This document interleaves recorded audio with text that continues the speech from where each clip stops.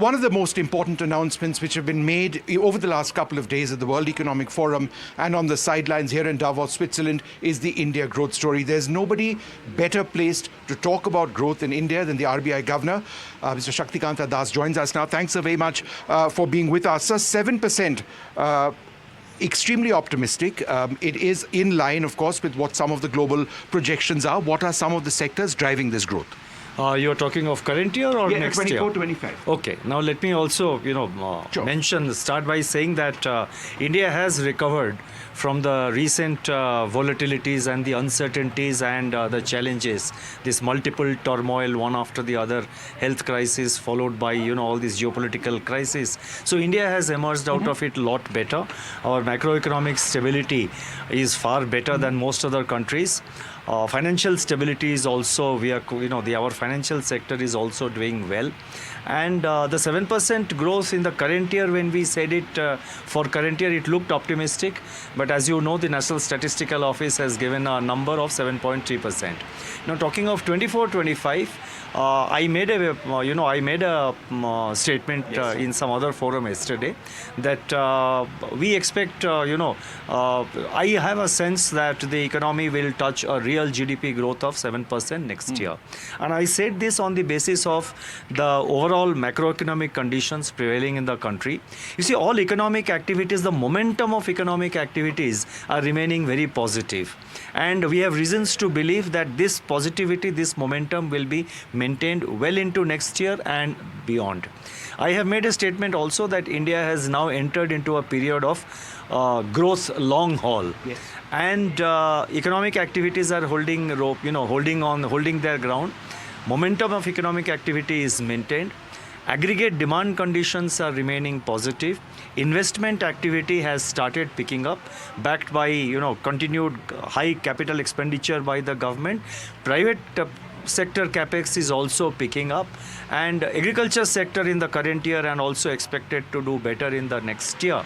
So with all these confluence of factors and with a lot of activity also happening in with regard to investment in the new age technologies like fintech, in startups and technology-based activities, that gives us the confidence to say that next year the growth would be touching about 7%. So inflation at what, 4.5%? That is what you're projecting? Next year average, yes, 4.5%. You see, immediately after the Ukraine war, our headline inflation had touched 7.8%.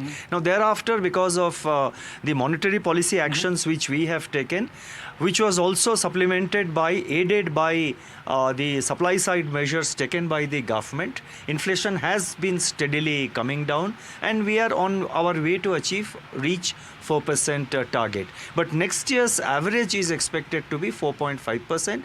The positive aspect of it is that our inflation is now well within the target band of inflation, but we are not satisfied with that. We would like our inflation to reach 4% and remain around 4%.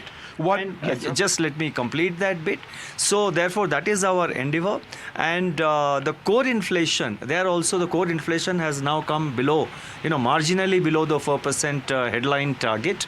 So we expect next year's average inflation to be 4.5, inflation to steadily moderate towards 4%. Sir, one of the areas of concern now presently, the Red Sea scenario, there are attacks which are taking place. India's maritime supply lines are through those waters to a large extent. Is this an area of potential concern? You see, there are lots of, global uncertainties. You just mentioned some of them. These are new flashpoints in global, geopolitics. And as we stand today, India is quite well placed to deal with these challenges. How these, Red Sea area conflicts and how the movement of ships, etc., are going to pan out are things which have to be watched and monitored. And I think various national governments, including India, are doing their best to see that the movement of our ships or ships coming towards India and all are not disrupted.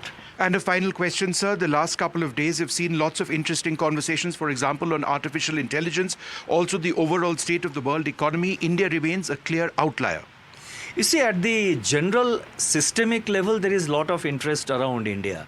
India is outlier in the sense that Rest of the world is not witnessing contraction. Rest of the world has escaped the earlier apprehensions of a hard landing. But nonetheless, global growths and individual country growths have slowed down. In the middle of all this, India is recording 7% plus growth.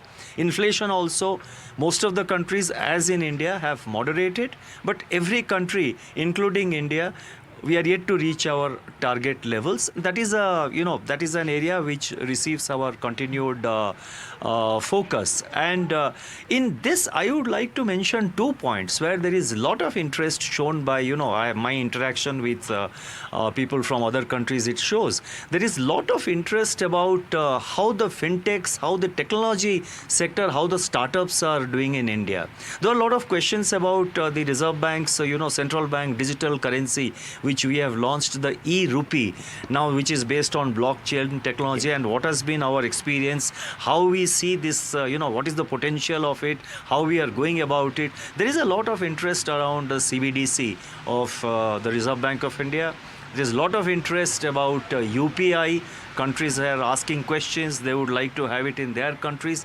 So in the area of technology, in fintech, in payment systems, there is a lot of interest. And these are areas where conventionally, questions, there was not so much interest on India. But this time around, I find there's a lot of interest on these areas. Indeed, sir. Thank you very much for speaking to us. The RBI governor talking to us, telling us, among other things, where India's GDP growth is projected to be for 24-25. The inflation numbers much better now. Things are coming out of the COVID situation we saw, but also a great deal of interest over here in Davos, Switzerland.